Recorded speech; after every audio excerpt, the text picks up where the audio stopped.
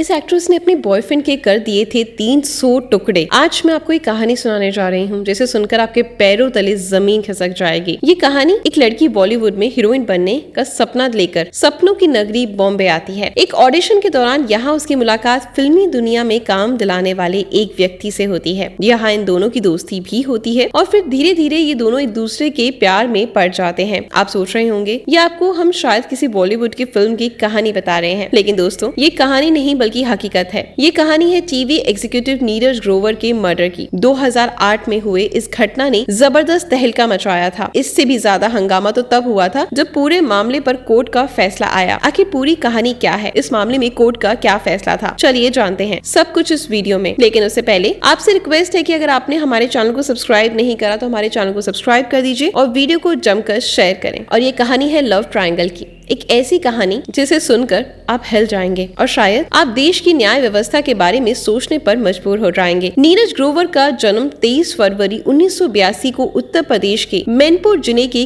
किशनी में हुआ था। इन्होंने मास कम्युनिकेशन की डिग्री हासिल की थी। ये बॉम्बे के एडलेम्स नाम के एक प्रोडक्शन हाउस में बतौर टेलीविजन एग्जीक्यूटिव काम करने लगे। इस कंपनी के साथ काम करते हुए इन्होंने मशहूर टेलीविजन शो क्या आप 5वीं पास में तेज हैं इसके लिए काम भी किया था। ये वही शो है जिसे बॉलीवुड के बादशाह शाहरुख खान होस्ट करते थे। इस शो के लिए शानदार काम करने की वजह से नीरज ग्रोवर को एक और अपकमिंग टेलीविजन सीरियल की जिम्मेदारी मिल गई। इसी सिलसिले में नीरज ग्रोवर सीरियल के एक्ट्रेस के ऑडिशन से जुड़े काम भी देख रहे थे। इस शो के लिए दर्जनों लड़कियां ऑडिशन देने आई। उनमें से एक लड़की मारिया मोनिका भी थी। मारिया मोनिका जो थी ऑलरेडी कन्नड़ फिल्म इंडस्ट्री में काम कर रही थी और बतौर एक्ट्रेस कन्नड़ भाषा में बनी हुई इनकी कुछ फिल्में काफी हिट भी थी। कन्नड़ फिल्म इंडस्ट्री में काम इन्हें अच्छा खासा मिल रहा था। फिर भी वहाँ जब इन्हें कामयाबी मिलने लगी तो इन्होंने सोचा कि वहाँ से निकलकर बॉलीवुड में अपना करियर बनाने का फैसला किया। इसी सपने के साथ वो बॉम्बे आ गई। बॉम्बे आकर इन्हें उम्मीद के मुताबिक कामयाबी तो नहीं मिली, पर इन्होंने छोटे पर्दे यानी टेलीविजन सीरियल से शुरुआत करने का फैसला किया और इसी सिलसिले में वो अपकमिंग टेलीविजन सीरियल में एक रोल के लिए ऑडिशन देने गए जिसका काम नीरज ग्रोवर संभाल रहे थे। इस ऑडिशन के सिलसिले में पहली बार नीरज ग्रोवर और मारिया की मुलाकात होती है। पहली ही मुलाकात में मारिया का चेहरा सीधे नीरज ग्रोवर के दिल में बस गया और वो मनी मन मारिया को पसंद करने लगे। ऑडिशन की जिम्मेदारी नीरज ग्रोवर ही संभाल रहे थे, इसलिए उन्होंने मारिया का नंबर हासिल करने में उनको ज्यादा समस्या नहीं हुई और फिर वो काम के सिलसिले में फोन पर अक्सर बात करने लगे। बातचीत के दौरान ही धीरे धीरे नीरज ग्रोवर और मारिया की नजदीकियां भी बढ़ने लगी। मारिया को उस सीरियल में काम तो नहीं मिला क्योंकि उनकी हिंदी अच्छी नहीं थी। फिर भी नीरज ग्रोवर ने उन्हें भरोसा दिलाया कि वो इस इंडस्ट्री से जुड़ा हुआ है और कहीं ना कहीं उन्हें काम जरूर दिलवा देगा। अब नीरज ग्रोवर और मारिया में लगभग रोजाना बातें होने लगी। मारिया शायद नीरज से इसलिए बात कर रही थी कि बॉम्बे में नीरज के अलावा मारिया को कोई नहीं जानने वाला था और मारिया की नजर में नीरज अच्छा लड़का भी था जो बॉलीवुड में काम करने के लिए उनके सपनों को पूरा करने में उनकी मदद कर सकता था। कुछ दिनों तक नीरज ग्रोवर इस बात से अनजान थे कि मारिया का कोई बॉयफ्रेंड भी है, लेकिन जब दोनों की दोस्ती कुछ आगे बढ़ी तो मारिया ने नीरज को बताया कि उसका एक बॉयफ्रेंड भी है जिसका नाम इंडियन लेफ्टिनेंट इमाइल जोरम मैथ्यू है।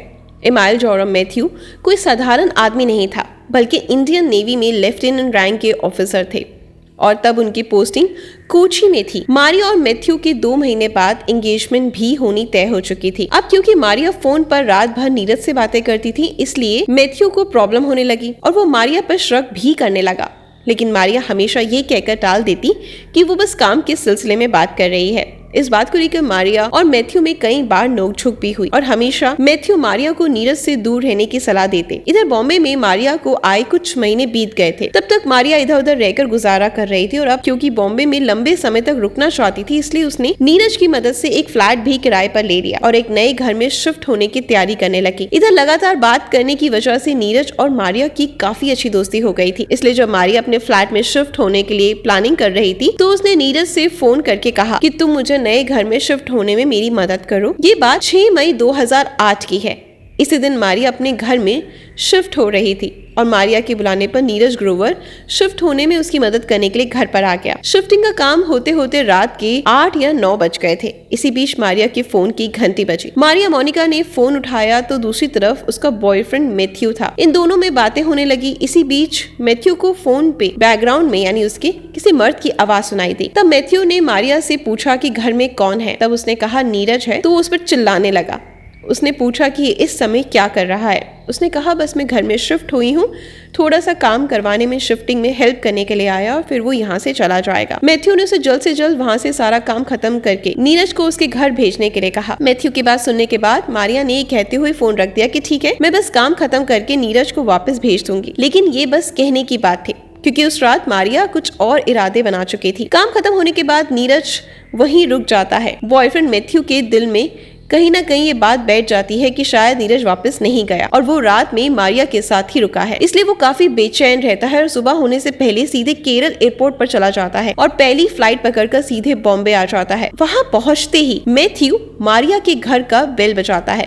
बेल की आवाज सुनकर मारिया दरवाजा खोल देती है। दरवाजा खोलते ही मारिया के पैरों तले जमीन खिसक जाती है, क्योंकि उसे जरा भी अंदेशा नहीं था कि इतनी सुबह सुबह मैथ्यू यहाँ पहुंच जाएगा। इधर दरवाजा खोलते ही मैथ्यू की नजर मारिया के पीछे खड़े नीरज ग्रोवर पर पड़ती है। नीरज ग्रोवर को देखते ही मैथ्यू का पारा काफी चढ़ जाता है और वो सीधे जाकर नीरज का कॉलर पकड़ लेता है। मारिया मैथ्यू को समझाने की बहुत कोशिश करती है और वो नीरज और मैथ्यू के दरमियान बीच बचाव करने के लिए भी आती है, लेकिन मैथ्यू का गुस्सा इतना बढ़ चुका था कि वो मारिया को भी धक्के देकर साइड कर देता है और उसको मारना शुरू कर देता है। मैथ्यू और नीरज के बीच हाथापाई और गाली गलौज कुछ देर तक चलती रहती है। इसी बीच उसकी नज़र पास के ही किचन में मौजूद सब्जी काटने वाले धार चाकू पर पड़ती है। बिना एक पल गवाए मैथ्यू तेजी से उस चाकू की तरफ लपकता है और चाकू अपने हाथ में उठाकर सीधे नीरज ग्रोवर के पेट में मार देता है। नीरज ग्रोवर कुछ संभल पाता उससे पहले ही मैथ्यू नीरज ग्रोवर पर कुछ और वार कर देता है। लगातार चाकू के वार से नीरज ग्रोवर तुरंत जमीन पर धाराशायी हो जाता है और मैथ्यू वार करना जारी रखता है। चाकू के लगातार वार की वजह से आखिरकार नीरज ग्रोवर वहीं दम तोड़ देता है और नीरज ग्रोवर 6 मई 2008 की रात 10 बजे मलाड में मौजूद मारिया के नए अपार्टमेंट में शिफ्ट होने में उसकी मदद करने आया था। अब वो उसी अपार्टमेंट में 7 मई 2008 को सुबह 8 बजे तक एक लाश बनकर पड़ा हुआ था। नीरज ग्रोवर की मौत के बाद वो समझ ही नहीं पा रहे थे कि क्या किया जाए, इसलिए कुछ देर यूं ही बैठते हैं। लेकिन अब जो कुछ होना था वो तो हो चुका था। उसके बाद मारिया और लेफ्टिनेंट के पास 2 रास्ते बचे थे। एक ये कि वो खुद को पुलिस के जाकर सरेंडर कर दे या फिर इस गुनाह को छुपाने की कोशिश करें। इन दोनों ने दूसरा रास्ता चुना।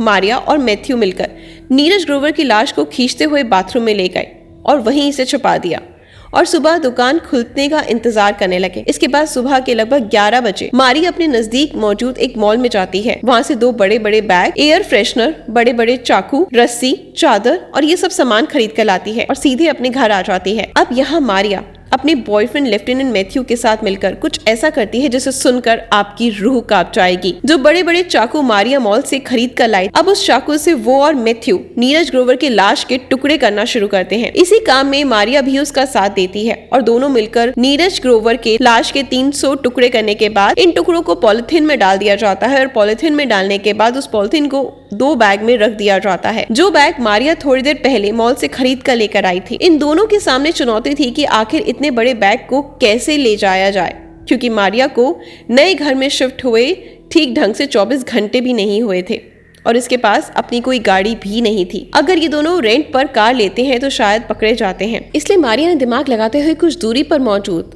अपने एक दोस्त से ये कहते हुए कार मांगी कि मुझे शॉपिंग पर जाना है। कुछ देर बाद मारिया अपने दोस्त की कार लेकर अपने फ्लैट पर वापस आती है और दोनों बैग की बड़ी सावधानी से उठाकर कार की डिक्की में रख देते हैं। उस कार में मारिया के साथ मैथ्यू भी बैठ जाता है और फिर ये दोनों कुछ दूरी पर जाकर भयंदर नाम की जगह पर एक दुकान से 2 लीटर पेट्रोल खरीदते हैं और फिर अपनी गाड़ी को आगे बढ़ाते हुए मनौर की तरफ चले जाते हैं। तब दिन के लगभग 4:30 बज रहे थे। आप सोच रहे होंगे कि इन दोनों ने 2 लीटर पेट्रोल शायद कार में डालने के लिए लिया होगा, लेकिन ऐसा नहीं, बल्कि नीरज ग्रोवर की लाश को जलाने के लिए इन दोनों ने वो पेट्रोल खरीदा। दोनों गाड़ी को आगे बढ़ाते हुए मनोहर के एक गौन विलेज के सटे हुए एक बड़े से जंगल में जाते हैं और वहां पर कार में मौजूद दोनों बैग उतारते हैं और पेट्रोल डालकर आग लगा देते हैं। नीरज ग्रोवर की लाश को ठिकाने लगाने के बाद मारिया अपने बॉयफ्रेंड मैथ्यू के साथ 7 मई 2008 को ही रात के लगभग 9:30 बजे वापस अपने घर आ जाती है। हालांकि यहाँ पर मैथ्यू ज्यादा देर तक नहीं रुकता और कुछ ही पल बाद वो वापस केरला चला जाता है।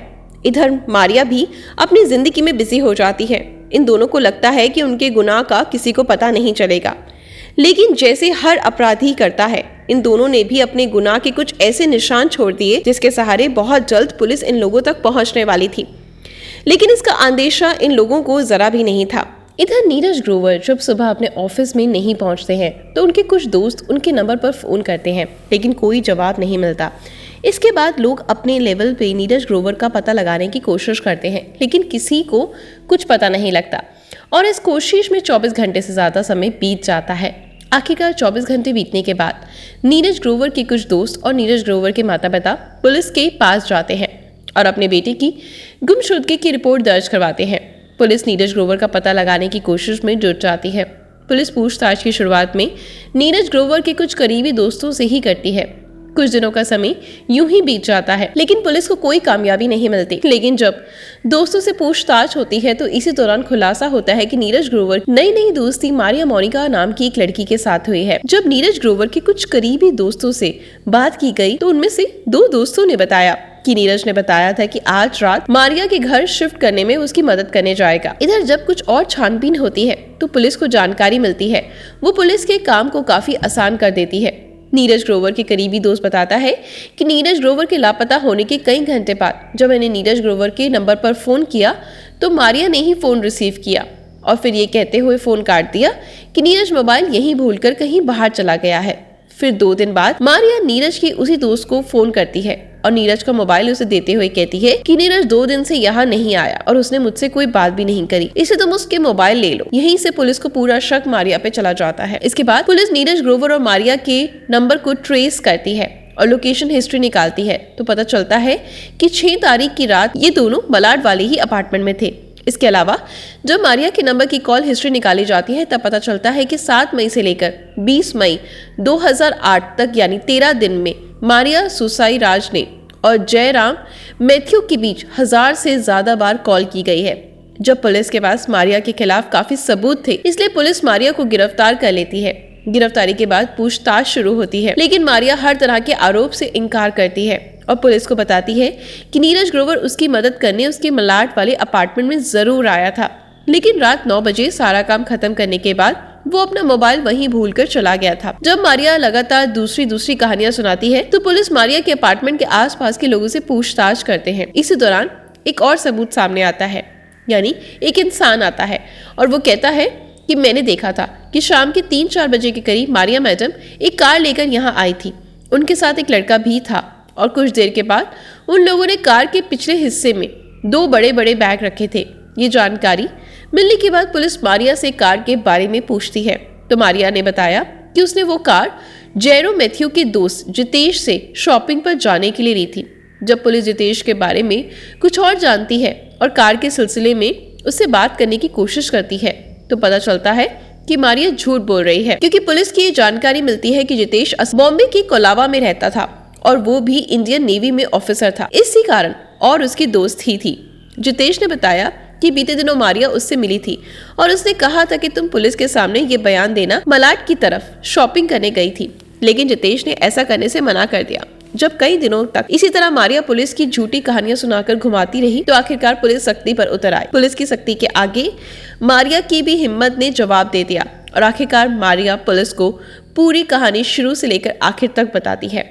मारिया ने पुलिस को ये भी बताया कि आखिर कैसे वो मॉल गई और वहां से चाकू, बैग सब कुछ खरीद कर लेकर आई, लाश के टुकड़े करे और बैग में भरकर जंगल में फेंक दिया और उसके बाद उसको जला दिया। जब पुलिस ने मारिया से नीरज के मोबाइल के बारे में पूछा तो उसने बताया कि असल में गलती से नीरज का मोबाइल उसने अपने पॉकेट में रख लिया था और जब नीरज के दोस्त ने फ़ोन किया तो उसने बिल्कुल ध्यान ही नहीं दिया कि ये फ़ोन नीरज का है, इसलिए गलती से उसने फ़ोन रिसीव कर लिया और परेशानी से बचने के लिए उसने नीरज के दोस्त को ये फ़ोन वापस कर दिया। सारी जानकारी मिलने के बाद जल्द से जल्द मारिया के जरिए मैथ्यू का पता लगाने में जुट जाती है तो पता चलता है उस समय मैथ्यू केरला में है और मैथ्यू भी अपना गुनाह कबूल कर लेता है। इधर पुलिस जब मारिया के घर वहां जांच पड़ताल करती है तो वहां से 9 इंच लंबी वो चाकू भी बरामद हो जाती है जिससे नीरज ग्रोवर के कत्ल किया गया था।